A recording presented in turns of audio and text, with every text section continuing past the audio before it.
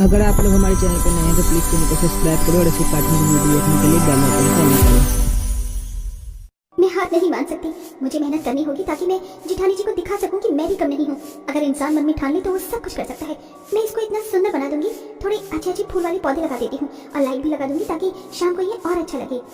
ये कहकर रूपाली छोटे छोटे पौधे लाकर उसमें पानी डाल देती है और एक एलईडी लाइट से सजा देती है। लेकिन सवाल ये है कि रूपाली इतनी मेहनत क्यों कर रही थी? आखिर ऐसा क्या हो गया था जो जेठानी को वो मेहनत करके दिखाना चाहती थी? क्या उसकी जिंदगी में कोई मुश्किल समय आया था? जानने के लिए कहानी में कुछ समय पीछे चलते हैं, जहाँ रूपाली और उसकी जेठानी सुनैना एक साथ एक ही घर में रहते थे। लेकिन सास के देहांत के बाद दोनों अलग अलग रहना शुरू करते हैं। बड़ा बेटा रेस्टोरेंट का बिजनेस करता है, वहीं छोटा बेटा छोटे घर में रहकर मामूली से गोदाम में सामान उठाने का काम करता था। भारी वजन उठाने की वजह से सतीश को पीठ दर्द की शिकायत थी। तभी एक दिन, अरे तू फिक्र क्यों करता है, मालिक तुझे काम से नहीं निकालेंगे, मैं हूं ना, तू टेंशन मत ले। ये कहकर सतीश उसकी बोरी उठा कर रख देता है, जिसमें उसके बहुत तेज दर्द हो जाता है। लेकिन फिर भी वो अपनी मेहनत मजदूरी करता रहता है। वहीं दूसरी तरफ अमीर बेटा अपने रेस्टोरेंट में बिजी रहता है। अरे मिस्टर एंड मिसेस अग्नोत्री, कैसा लगा आपको हमारे रेस्टोरेंट का फूड? मिस्टर अविनाश, आपके रेस्टोरेंट की बात ही अलग है। आपके यहाँ का खाना बहुत अच्छा बनता है। मैं तो बार बार वीकेंड पर यहीं आना चाहता हूँ फैमिली के साथ। बिल्कुल बिल्कुल, आप आइए, आपको एक्सक्लूसिव ऑफर्स भी मिलेंगे। अभी नेक्स्ट फेस्टिवल हमारा फूड डिशेज लॉन्च हो रही है। मैंने इटालियन शेफ जो रखे हैं। Oh wow, that's really great news and congratulations. चलते हैं, सी यू अगेन। मिस्टर और श्रीमती अग्निहोत्री के जाने के बाद अविनाश की वाइफ सुनैना कहती है, लगता है हमारा रेस्टोरेंट काफी ऊंचाई पर पहुंच गया है। बस दिन रात ऐसी ही तरक्की होती रही, अच्छा लगता है। देखना माँ जी के बाद हम कहां से कहां पहुंच गए, और वही आपका छोटा भाई और मेरी देवरानी अभी तक इस छोटे घर में रह रही है और गोदाम में काम कर रही है। वो जैसे भी काम करे उनकी लाइफ, तो मेरे साथ चिल करो ना। या बट आज मैं अपनी देवरानी से मिलकर आऊंगी, हाल चाल लेना भी जरूरी है ना गरीब लोगों के। ये कहकर सुनैना उसके रेस्टोरेंट से थोड़ी दूरी पर अपनी देवरानी के घर पहुंच जाती है, जहां वो झाड़ू पोंछा कर रही होती है। मैं जो सोच ही रही थी वही निकला। तुम अपने घर में नौकरानी की तरह काम कर रही हो। यहाँ मेरा रेस्टोरेंट नई नई ऊंचाइयों को छू रहा है और तुम वही करीब के करीब रहना। दीदी आप आइए ना, बैठिए। नहीं, मुझे तुम्हारे घर में बैठने का कोई शौक नहीं है। मैं तुम्हारी हालचाल लेने आई थी, सुन लिए। सुनैना रूपाली की गरीबी का मजाक उड़ाकर चली जाती है। वहीं कुछ ही दिनों में सतीश का ज्यादा वजन उठाने से इतना पीठ दर्द हो जाता है कि उसके पीठ की मांसपेशियों में खिंचाव आ जाता है, जिस वजह से वो काम करते हुए गिर जाता है। गोदाम का दोस्त अंकुर उसे अस्पताल ले जाता है, जहां डॉक्टर उसके पीठ पर काफी सारी पट्टी बांध देते हैं और उसे 3 महीने के आराम करने को कहते हैं। 2 घंटे बाद अंकुर सतीश को उसके घर छोड़ता है और रूपाली को सब कुछ बताता है, जिसे सुन वो रोने लगती है। क्या नहीं, ऐसा नहीं हो सकता। आप पहले ही बता देते तो आज ऐसा नहीं होता। ये सब मेरी वजह से हुआ है भाभी। ये मेरे बदले का काम भी खुद करता था और देखो लोड पड़ने से क्या हो गया।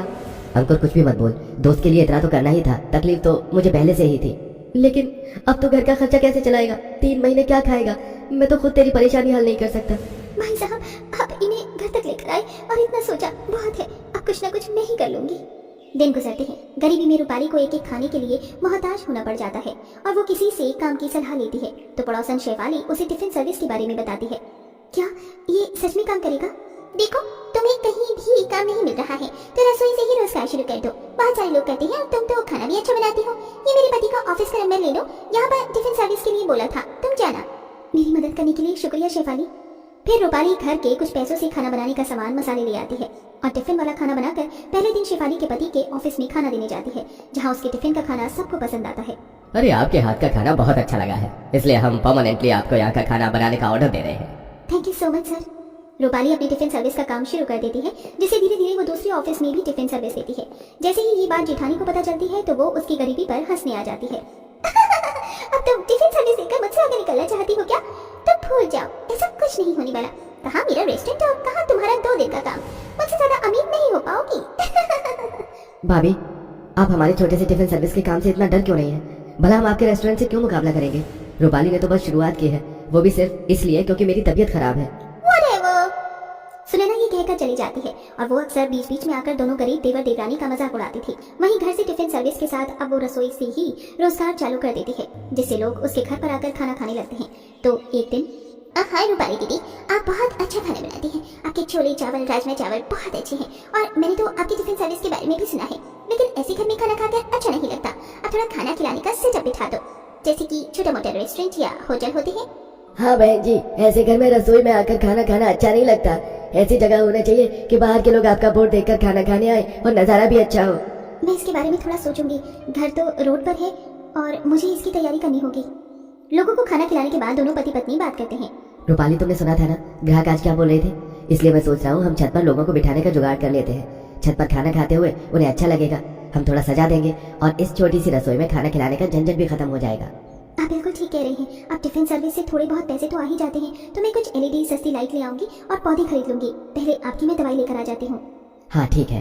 दवाई लाने के बाद रूपाली के पास बहुत कम पैसे होते हैं, जिससे वो अच्छी लाइट की जगह सस्ती लाइट और पुरानी लड़ी ले आती है। साथ ही फूलों को जड़ से उठाकर ले आती है और प्लास्टिक की बोतल और डिब्बे को काटकर उनका गमला बना देती है, जिससे छत पर सफाई करके डेकोरेशन करती है और किराए पर 4 टेबल कुर्सी का इंतजाम कर लेती है। साथ ही रेस्टोरेंट का बोर्ड लगा देती है और चाय कॉफी छोटे मोटे स्नैक्स देना भी शुरू कर देती है। वाह रूपाली दीदी, आपका ये छत वाला रेस्टोरेंट तो मुझे बहुत अच्छा लगा। क्या मुझे समोसे मिलेंगे? हाँ, मैं अभी लेकर आती हूँ। आखिर मेरी मेहनत रंग लाई। सब लोगों को ये जगह बहुत पसंद आई। तभी बाहर के लोग गाड़ी रोक कर बोर्ड पढ़कर उनके छत वाले रेस्टोरेंट पर चढ़ जाते हैं, जहाँ सतीश बैठकर ऑर्डर लेता था। वाह, सिटिंग मैनेजमेंट तो बहुत अच्छी है। मैंने इस जगह के बारे में पहले भी सुना है, लेकिन आया अब हूँ। हम पहले टिफिन सर्विस का काम करते थे। मेरी पत्नी ने रसोई से रोजगार खोला है। बताइए आप क्या खाना पसंद करेंगे? वेज थाली, स्नैक्स, फास्ट फूड या कोल्ड ड्रिंक्स? स्पेशल खाना मंगवा दीजिए और साथ में कॉफी भी। सतीश बैठे बैठे फोन करके अपनी पत्नी को खाना बनाने का ऑर्डर दे देता है और वो नीचे की रसोई से खाना बनाकर ऊपर ले आती है। धीरे धीरे उनका काम बहुत अच्छा चलता है। वहीं दूसरी तरफ सुनैना को अपने रेस्टोरेंट पर इतना घमंड था कि उसके शेफ भी उसकी तरह घमंडी थे और एक दिन किसी स्पेशल गेस्ट को वो कीड़े वाला खाना दे देते हैं, जिससे पूरे रेस्टोरेंट का माहौल खराब हो जाता है और मीडिया में भी उनके रेस्टोरेंट की थू-थू होने लगती है। ओह नो, ये क्या हो गया? हमारा रेस्टोरेंट डूब गया। अविनाश, अब हम लोग क्या करें? हमें तो कोई और शेफ भी नहीं मिल रहा। मुझे भी अब कुछ समझ नहीं आ रहा। ज्यादा पैसे देने पर भी कोई शेफ नहीं आ रहा, वरना उनके भी रेपुटेशन पर सवाल खड़े होंगे। लगता है मुझे कोई और काम देखना होगा। देखो देखो कितना बेकार रेस्टोरेंट है। ये जो खाने में कीड़े डालकर देता है, वही वाली बात है, ऊंची दुकान फीके भगवान, पर इनके तो कीड़े हैं भगवान में। अरे भाई, मैं ढाबे पर खा लूंगा, लेकिन इतने बड़े रेस्टोरेंट में बेकार खाना तो नहीं खाऊंगा। और यहाँ पास में ही टॉप रेस्टोरेंट है, बहुत अच्छा और सस्ता खाना बनाते हैं वो। अरे हाँ, मैंने उनके हाथ का खाना खाया, बहुत अच्छा बनाते हैं। सुनैना, ये किस रेस्टोरेंट की बात कर रहे हैं? तुम्हारी भाई की बीवी ने घर से ही रसोई का रोजगार चालू किया था और अब टिफिन सर्विस से उसने छोटा सा रेस्टोरेंट खोल दिया है छत पर। क्या? मेरे पास सब कुछ होने पर सब खराब हो गया और न चाहते हुए भी उसने बना लिया। इसी तरह 1 महीना गुजर जाता है, लेकिन उनका रेस्टोरेंट पूरी तरीके से बंद हो जाता है। पैसों की दिक्कत होने पर सुनैना अपनी गरीब देवरानी के पास पहुंचती है, जहां वो पैसों के अमीर होने के बाद भी इस छोटे से घर में रहकर गुजारा करते हैं। रूपाली, मैंने तुमसे आधी वजह से बहुत कुछ बोला है। मुझे अपनी गलती का पछतावा है। तुम किसी तरह मेरी मदद कर दो, मेरा रेस्टोरेंट खुलवा दो। किसी की गलती की वजह से हमारी सारी मेहनत बेकार हो गई। दीदी, आपको अपनी गलती का पछतावा है तो ठीक है, मैं किसी से बात करती हूँ। कोई शेफ मिल जाएगा तो आपके यहाँ भेज दूंगी। तुम्हारा बहुत बहुत शुक्रिया रूपाली। आज अपनी जेठानी को अपने हाथ का कुछ खिलाओगी नहीं? आइए ना। फिर रूपाली अपनी जेठानी को अपने हाथ का बनाया हुआ खाना खिलाती है। इससे देवरानी जेठानी के बीच की कड़वाहट खत्म हो जाती है और रूपाली जेठानी के रेस्टोरेंट के लिए अपने कहने पर शेफ और कस्टमर को उनके रेस्टोरेंट में भेजती है, जिससे धीरे धीरे जेठानी का रेस्टोरेंट भी चलने लगता है और वो हमेशा देवरानी के एहसानमंद रहती है।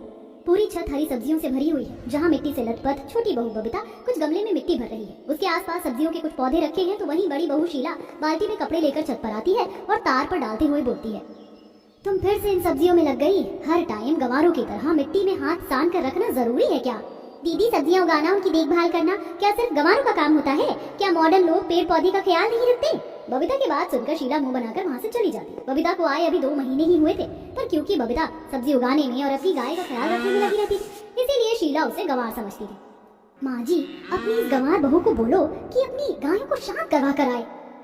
दीदी, मेरी गाय भूखी है शायद, इसीलिए इतना शोर मचा रही है। मैं बस खाना बनाकर अपनी गाय के पास ही जा रही हूँ।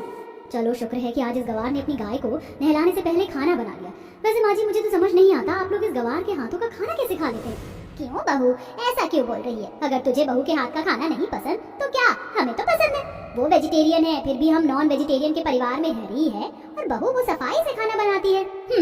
सफाई से खाना बनाती है। अभी जब वो अपनी गाय का गोबर उठाकर आएगी, दूध निकाल कर आएगी, तब उसकी हालत देखना। पता नहीं आपको ऐसा क्या पसंद आया इस गंवार लड़की में जो आप इसे घर में उठाकर ले आई। शीला अपनी देवरानी को गंवार बोलकर अपने कमरे में चली जाती है, तो वहीं बबीता खाना बनाकर बाहर जाती है, जहां वो अपने हाथों से अपनी गाय को रगड़ रगड़ कर नहलाती है और आसपास की सफाई करती है। कुछ देर बाद में गोबर एक बड़े से टब में उठाकर बाहर फेंकने जाती है और ये सब कुछ छत पर खड़ी होकर शीला देख रही होती है। तो वहीं काजल कॉलेज से आती है और अपनी भाभी के हाथों में गोबर का टोकरा देख उससे कहती है, भाभी, आपको इन गोबर से बदबू नहीं आती? कैसे कर लेती हो आप इतना सारा काम? बदबू कैसी, और ये गोबर तो बहुत काम आते हैं। ये गोबर काम के हो या ना हो, मुझे उससे क्या, मुझे बहुत भूख लगी, मैं चली खाना खाने। अब बबीता गोबर लेकर फेंकने जाती है, तो वहीं बबीता की गैर मौजूदगी में रसोई में जाकर शीला अपने लिए नॉनवेज बनाती है। नॉनवेज की खुशबू सूंघकर काजल शीला के पास जाती है। बड़ी भाभी, आप नॉनवेज बना रही है, पर खाना तो बन चुका है ना? हाँ बन चुका है, पर तुम तो जानती हो कि मैं उस गंवार देवरानी के हाथों का खाना नहीं खाती और वैसे भी बहुत दिन हो गए थे घर में नॉनवेज नहीं बना। जब से वो आई है तब से तो घर में नॉनवेज बनना बंद हो गया, इसलिए मैंने सोचा कि आज मैं अपने लिए नॉनवेज बना लूं। वैसे ही तुम खाना चाहो तो खा सकती हो। भाभी नॉनवेज तो मेरा फेवरेट है, पर मैं क्या करूं, बबीता भाभी के हाथ का खाना इतना लाजवाब होता है कि नॉनवेज की याद ही नहीं आती। पर आज मैं नॉनवेज जरूर खाऊंगी। इस तरह काजल बबीता का बनाया खाना ना खाकर शीला का बनाया हुआ नॉनवेज खाती है। कुछ देर बाद सारा काम खत्म करके अपनी गाय का दूध निकालकर बबीता भी घर में आती है और पूरे परिवार को नॉनवेज खाता देख मुस्कुराती है। समय यूं ही गुजरता है और एक दिन जब बबीता अपनी गाय की दूध से सबके लिए खीर बनाती है तो खीर को सूंघती हुई शीला बबीता से कहती है, इस खीर में से भी बदबू आ रही है, मुझे तो यकीन नहीं हो रहा आप सब कैसे खा रहे हैं। पर शीला मुझे तो बदबू नहीं आ रही और खीर काफी ज्यादा लाजवाब बनी है। एक बार टेस्ट करके देखो। नहीं नहीं, मैं ये खीर नहीं खा सकती। अगर मैंने ये खीर खाई तो मुझे उल्टी हो जाएगी। भाभी आप कभी भी बबीता के हाथ का खाना क्यों नहीं खाती? वो इसलिए निखिल, क्योंकि दीदी को ऐसा लगता है कि मैं गंवार हूँ, क्योंकि मुझे वॉशिंग मशीन मिक्सी जैसी चीज चलानी नहीं आती और मैं हमेशा अपनी उगाई हरी सब्जी से पकवान बनाती हूँ। बहू तो ऐसी बातें करके क्यों अपना मन छोटा कर रही है। बड़ी बहू का मन नहीं करता तो छोड़ दे उसे।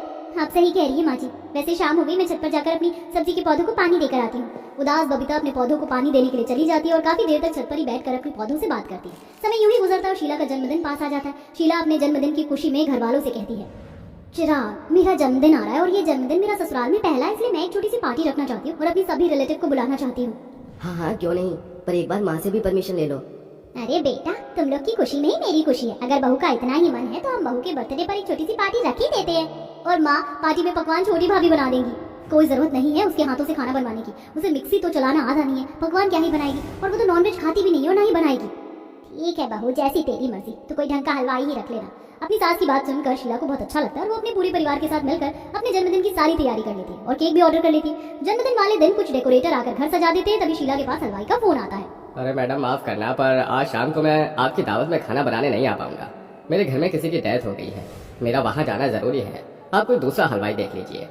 भैया आज ही घर में पार्टी है और आप आज मना करें? मैं इतनी अर्जेंट बेसिस में कहाँ से हलवाई देखूं? शीला बोल ही रही होती कि हलवाई वाला फोन रख देता है, जिसके बाद शीला बहुत परेशान होती है और इधर उधर फोन घुमाने लगती है।